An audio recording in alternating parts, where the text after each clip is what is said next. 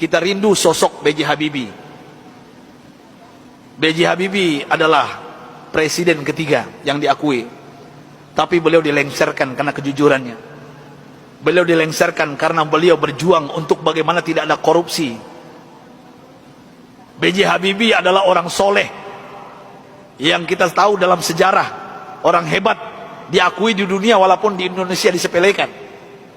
Apa yang beliau lakukan walaupun beliau sudah tiada, meninggal dunia? Indah kisahnya, dan saya pun terinspirasi dengan beliau yang hebat ini. Beliau orang kampung dari Makassar, Parepare, suatu ibu kota hari ini, Parepare. Saya pernah diundang ke sana oleh wali kotanya. Saya lihat patungnya Habibie dan Ainun, dan ternyata beliau orang kampung, orang biasa, orang sederhana. Allah berikan kecerdasan di otaknya. Kenapa kita merindukan sosok pemimpin pejabat seperti beliau, yang tidak durhaka kepada orang tuanya, memuliakan orang tuanya, tidak pencitraan belaka. Dan hebatnya lagi ketika beliau ke ITB meloncat kuliahnya. Dan hebatnya lagi ketika beliau melanjutkan studinya ke Jerman. Disinilah saya pribadi mendapatkan inspirasi. Pesawat terbang Bapak Ibu yang kita naik itu, di ketinggian tertentu kalau nggak pas bikinnya bisa retak, Pak. Pesawat itu bisa retak. Siapa yang bisa menyelesaikan itu? B.J. Habibie, Pak. Di dunia yang bisa menyelesaikannya B.J. Habibie. Sampai beliau digelari oleh teman-temannya di Jerman apa? Mr. Crack, Mr. Retak. Bukan retak otaknya, Pak. Nah, pejabat kita yang banyak retak otaknya, Pak. Ini maksud saya apa? Pesawat yang retak itu beliau bisa menyelesaikannya. Ini kehebatan Habibie yang mungkin dilupakan oleh bangsa ini. Tapi ada yang lucu, aneh bin ajaib, ternyata beliau bukan orang tercerdas di dunia. Sampai beliau di Jerman, apa yang terjadi? Beliau tidak pernah ranking 1, ranking 2. Beliau ranking 3. Sampai beliau cemburu kepada 2 orang yang ranking 1, ranking 2, dan ini orang Yahudi, Pak. Orang kafir, laki dan perempuan.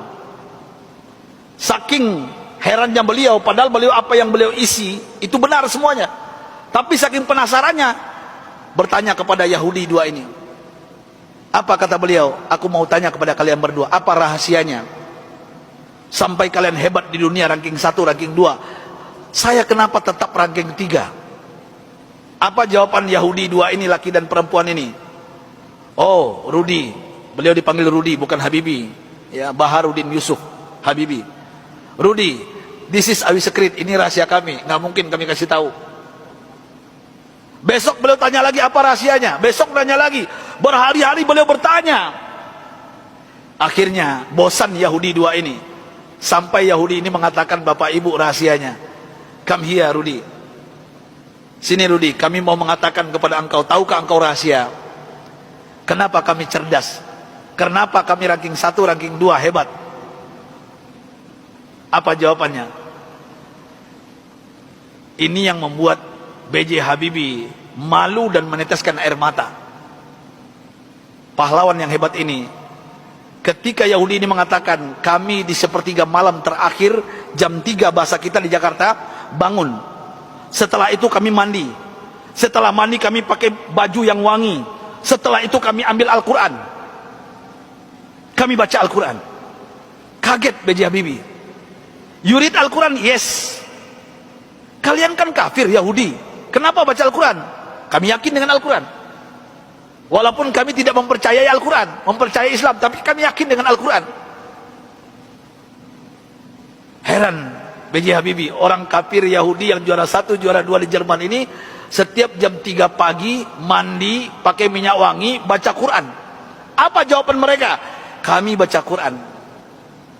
Tahukah engkau Rudi, setelah kami baca Al-Quran, saraf kami ini rileks, otak kami cerdas, metabolisme tubuh kami dahsyat, imun.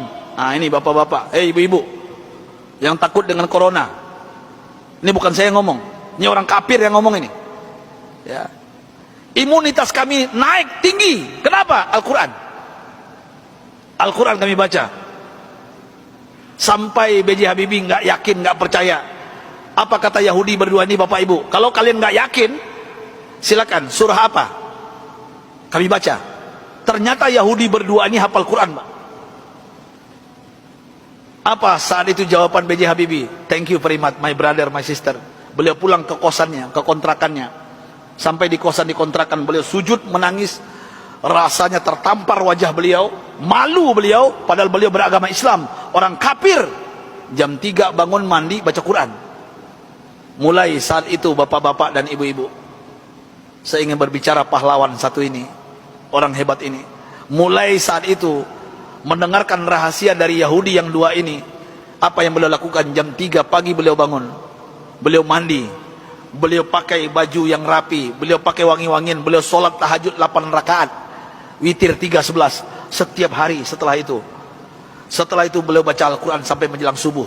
Kalau orang kafir tadi nggak sholat karena bukan Islam, langsung baca Quran. Dan apa yang terjadi keajaiban, Bapak Ibu yang dimuliakan Allah Subhanahu wa taala, Allahu Akbar. Keajaiban ini terjadi.